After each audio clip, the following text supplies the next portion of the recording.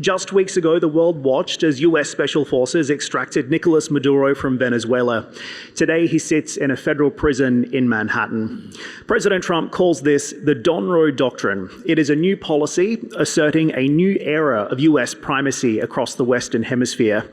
For leaders across Latin America and the Caribbean, this raises some fundamental questions. How much strategic autonomy do countries in the region still have? What are the red lines on sovereignty? And how should governments respond when the United States acts unilaterally in their neighborhood? So I'm joined today by three sitting presidents who are navigating these questions while also growing trade and investment ties with the UAE and the wider Gulf. Your Excellencies, welcome to the World Government Summit, and thank you for joining me today. Thank you. Thank you. President Pedro, I'll begin with you. From Paraguay's perspective, what precedent did this intervention in Venezuela actually set for the rest of the region? And what is your reaction to the president's approach to the region today? I think that for every country in Latin America, we are very proud about sovereignty and self-determination. Having the intervention of another country is not our first choice of action in terms of foreign policy. But in the case of Paraguay, we know and we learned the hard way. We have to endure a very long dictatorship, 35 years of a military regime that ended in 1989. And we learned that dictators, they don't live with pamphlets and manifestations on the street. They usually go with bullets and with a military intervention. So we tried, and I tried very hard since my inauguration as president in 2023, to restore democracy, see a restored democracy in Venezuela. We participated the Barbados Accord among many countries in Latin America to see a free election, which was not respected during the elections in 2024. So since then, we have been trying very, very hard to find a way out of the problem, because it's a real problem for all the countries. 6-7 million Venezuelans left Venezuela, and this is not for the good reasons, it was for the bad reasons. Many more were incarcerated without a judiciary process. So things were not going the right way in Venezuela. Now we're seeing a change. Hopefully this change is gonna put Venezuela back on track as a democratic country, and I hope that this is gonna happen very, very soon. President Noboa, do you agree, and do you believe that the Don Road Doctrine has made Latin America safer or more dangerous? Well, I do believe that it has made Latin America safer, or at least we're on the road to become a safer region. At the moment, we do have 30-35% of the region still vouching for what they call blind sovereignty. But at the same time, we have narco-terrorists in our region. We have Hamas, we have Hezbollah, we have armed groups operating and acting in the drug trade. So I think this is the last resort, and we're using it as a last resort. But we needed something like this. We needed a shock to really change the direction of where we were going. So you welcome this shock, as you've called it? Well, in a country where we fight every day for peace, where we fight every day against narco-terrorism, more than 50,000 armed men and women, and where we have also 600,000 Venezuelans living in our nation, I do believe it has done more good than bad. President Abinader, the Monroe Doctrine was used once to justify US intervention in the Dominican Republic. Are you reassured or alarmed by what has unfolded in the last few months? First of all, let's speak about what was happening in Venezuela. Venezuela, we had relations until the elections. On the elections, you know that it was a complete stalled elections. There was no democracy. We have seen that now they are freeing a lot of political prisoners. So the situation was very special in Venezuela. We already had almost 200,000 Venezuelans in Dominican Republic that they were there because of political and economic problems. So this was a very special situation. And in our case, like it or not, we have a special relation with the United States economically, geographically. 2 million Dominicans live in the United States.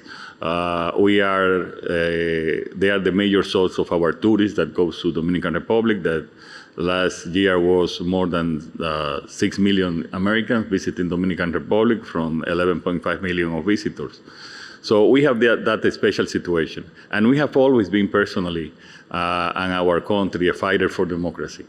So in this part, I think we are hoping that this goes to a transition to democracy in Venezuela, and that's, I think, is good for the whole region.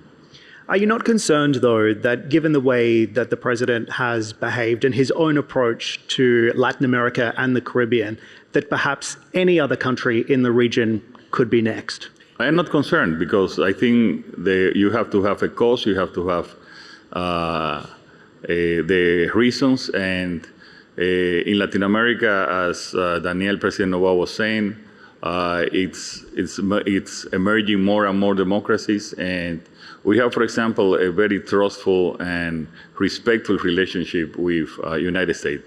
We don't like intervention. Nobody likes intervention. And to respect also the sovereignty, and they respect our sovereignty. We discuss. But we also need partners for the fight of crime, for the fight of narco-terrorism. We need partners. You cannot fight the narco trade alone in one country. You need a strong military force like United States. So we work very respectful, and we have done very well together, and we have a very fine relationship.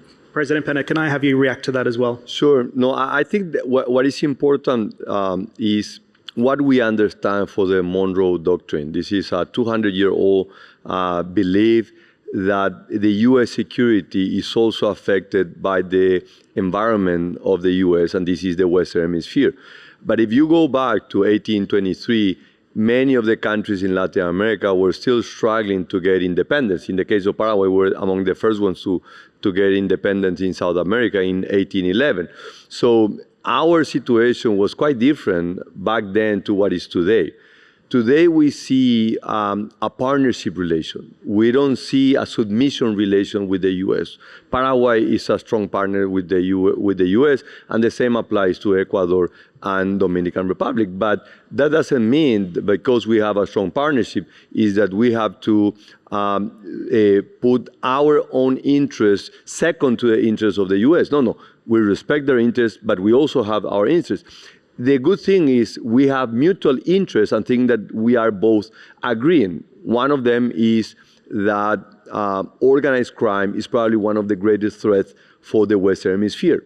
This is a great threat, and we need to work together. Our organized crime, which was fueled by many, many governments under this false ideology, the socialism of 21st century, that they were lowering the capacity of defense of the national governments, allowing organized crime to move, this weakened us. So now we need to change, and we understand that working together with the U.S., they have their own interests. They are putting pressure on the Caribbean, and for us, this is critical because we don't want organized crimes institutions to go further down. That's why we are also strengthening our military and defense capacity. So I'm not concerned about the Monroe Doctrine. Actually, I welcome the Monroe Doctrine, because it means they care about it. They care about the safety about the Western Hemisphere, and we need to work all together, and we need to do also our fair share.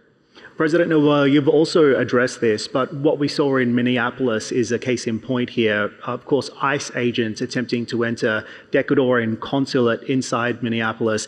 In your view, sir, was that a breach of sovereignty? And did you ever get an apology from the United States? No, we saw the videos. We saw it was an initial attempt. It didn't go through. And we had a letter of protest. And we talked and we sorted it out. Like I said, we need to understand which of the interests align and which don't. And something that's not negotiable is our own principles. But on the other hand, we need to understand that the U.S. is our main trade partner. and that we have over 500,000 Ecuadorian immigrants in the United States. The great majority, hardworking people that just want to have a good life and want peace. Not to be petty, but do you want an apology? Well, they gave us an explanation. They gave us, it was shown that they didn't cross, the final line, you'd say. So we protested. They gave us an answer and an explanation, and that's it. So that's the state of play inside the region today with a perspective from each president. Let's shift focus to what's happening inside the UAE, because there is, of course, a reason that each of you are here at the World Government Summit, and I wanted to unpack that as well. President Pena, you've been working with UAE companies to build infrastructure in Paraguay in particular. Tell us about your ambition to build on your trade and investment ties, not just with the UAE, but also with the Gulf. 11 years ago, I started to come to the region. I was Minister of Finance of Paraguay. So I was trying first to understand what was happening in the region, UAE, Qatar, Saudi Arabia. And I was amazed. I was amazed not because of the amount of resources, but about the wisdom, the vision of the leadership. So at that time, we negotiate an investment agreement, elimination of double taxations. And when I won the election in April of 2023, the first country that I visited, even before sworn in, was the UAE.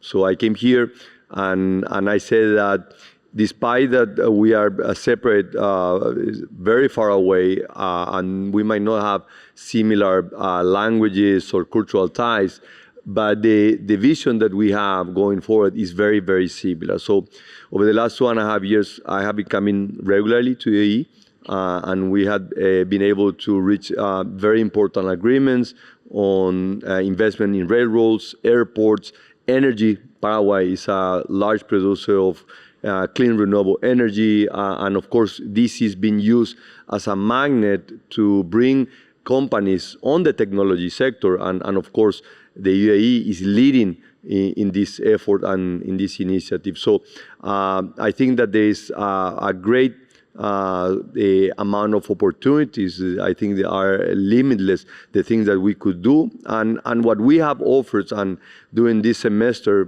Paraguay is under the presidency of Mercosur, which is now also, thanks to Trump, moving ahead on many areas with free trade agreement. We just closed one with the European Union. We are now in the process of doing a free trade agreement with the UAE and Mercosur. We think that we need to bring together these two regions, the Gulf, and I think UAE can play a major role in leading this region, and also South America and Mercosur and Paraguay, with a lot of humility, wants to be the entry gate, a country that's going to welcome foreigners from other regions and to do business in the entire continent. President Noboa, to you on this as well. Of course, we have also just seen the signing of a brand new economic partnership agreement with the UAE. This is very important. You're also opening a trade office this week as well. Does having a strong friend in the Gulf make you less dependent, if you will, on the mood in Washington? I mean, we have a diversified group of trading partners. We trade a lot in Asia. Our second largest trade partner is China, and our third largest trade partner as an independent country would be Russia. The European Union altogether would go up to second place if it's all together. I believe that Ecuador is very compatible with the Gulf, that we could work together. We are a net exporter of food. We produce 9 times the amount of food that we can consume.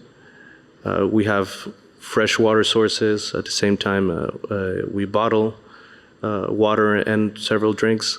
So in terms of compatibility, we are a great partner for the UAE and for the entire Gulf. At the same time, we are in a process of growth and renovation. The country is improving technologically. The country is improving also in terms of energy. So we're going to need the know-how for refining, for waste management, also for energy management. Ecuador is growing at around 4% every year, but I believe if we work together with the Gulf and with trading partners like the UAE, we could grow above 5% in the next few years. And really unlocking the ambition and the opportunity in this part of the world. We were just talking backstage about how it's hard to find what we have here in the UAE anywhere else in the world at this point, given what's happening on the ground here, the investment opportunities opening up and the doors that are opening for countries around the world in this country as well. President Abinader, over to you on this, because you were also on stage talking about your partnership with DP World earlier in the week as well, which has helped to turn your country into a massive trading hub, that long-standing relationship. How do you expand on that relationship and continue to build out that opportunity across the public and the private sector? We are a very diversified economy, and one of the part that is growing is the free zones, and also especially in our government since I started in 2020. One of the special sectors that we want to develop is also the logistic hubs. So we already had Dubai port that is not just the main port in Dominican Republic, it's the main port of the region, and it has been a very successful story. And you can see what Mr. Sultan said. So it has been an excellent relationship, a public-private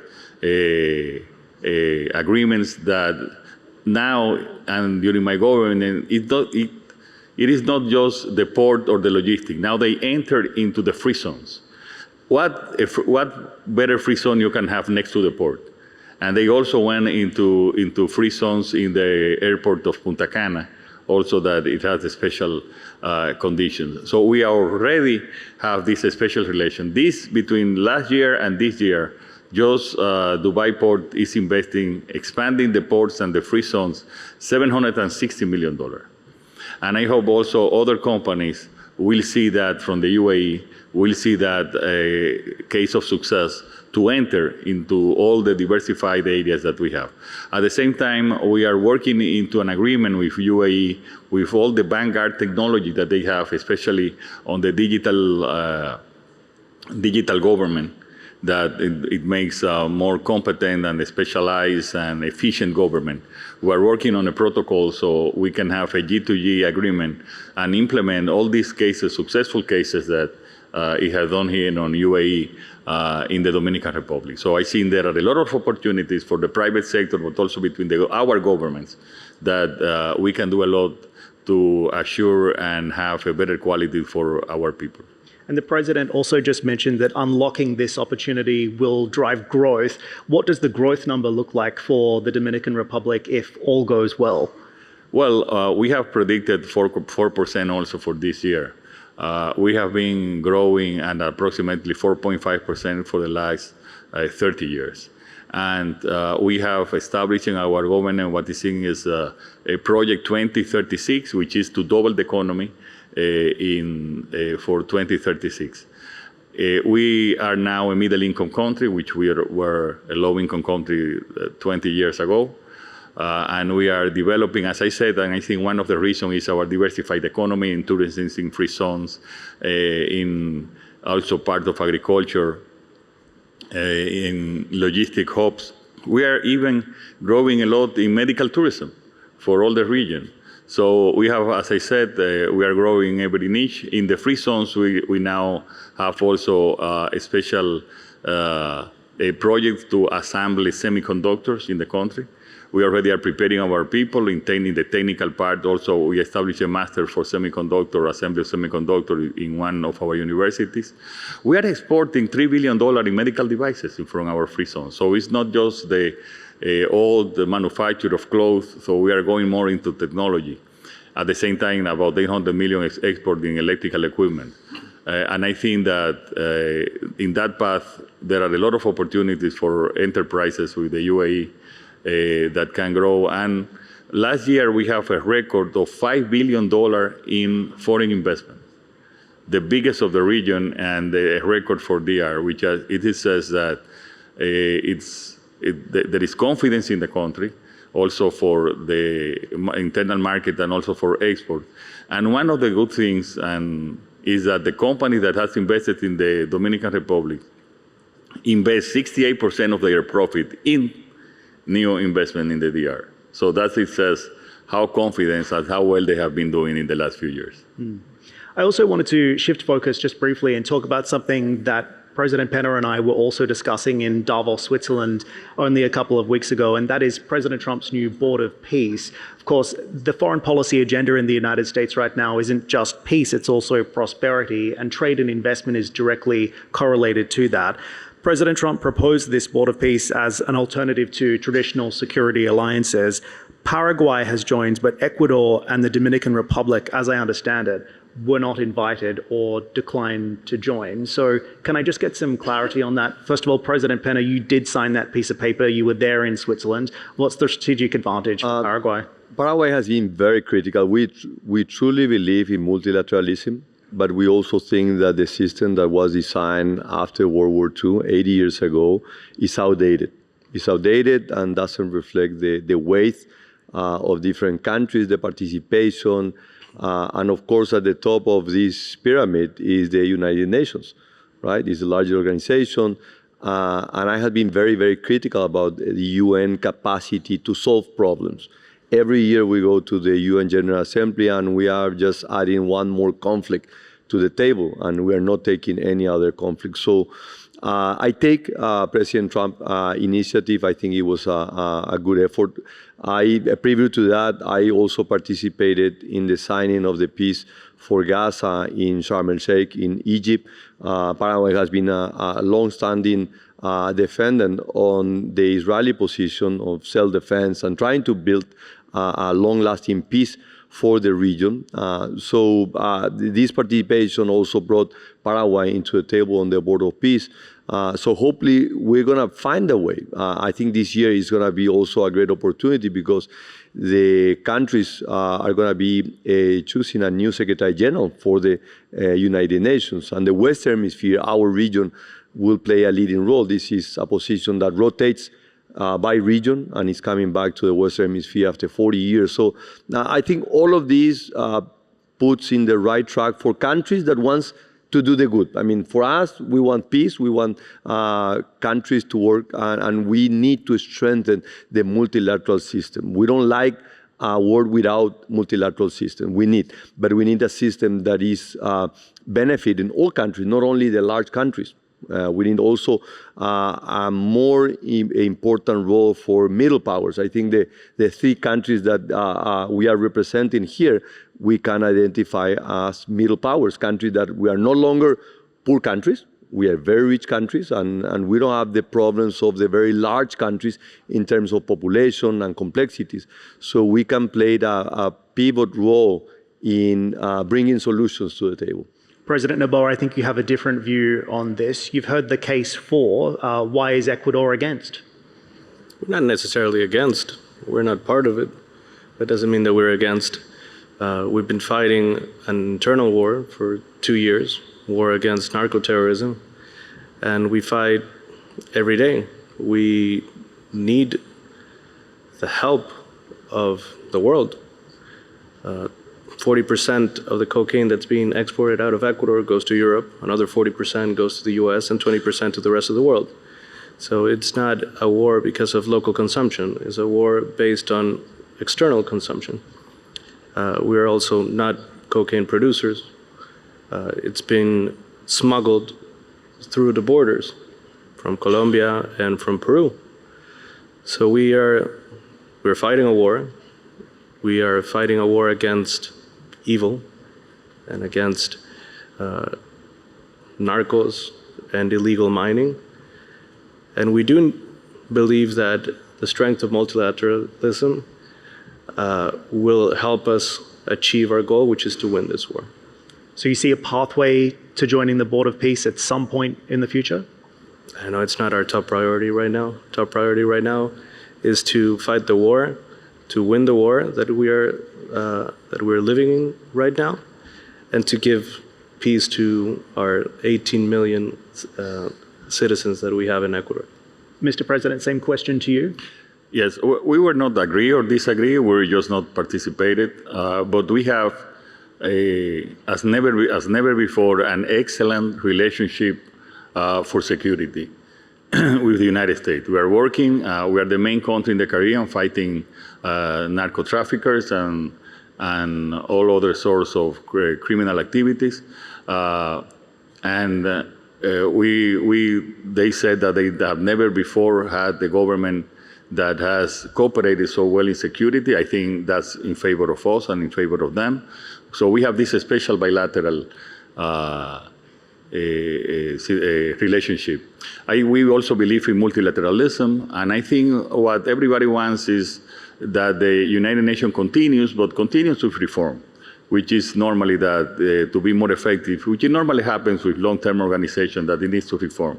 So that is our idea, but as I said, we have a special relationship with the United States, but not just with the United States. We signed a special cooperation of security with France for the Caribbean. So everybody who is wants to fight criminal activities and narco-terrorism, as President Noboa says, and the activities is going to count with Dominican Republic. We have been so successful that we are the second most safest country in terms of murder homicides per 100,000 people, after El Salvador, which has I think 2 or 3. We have the lowest, which is 8. It's high for some countries, but this for the region is one of the lowest. And that is because of the cooperation, part of the cooperation that we are doing with the United States.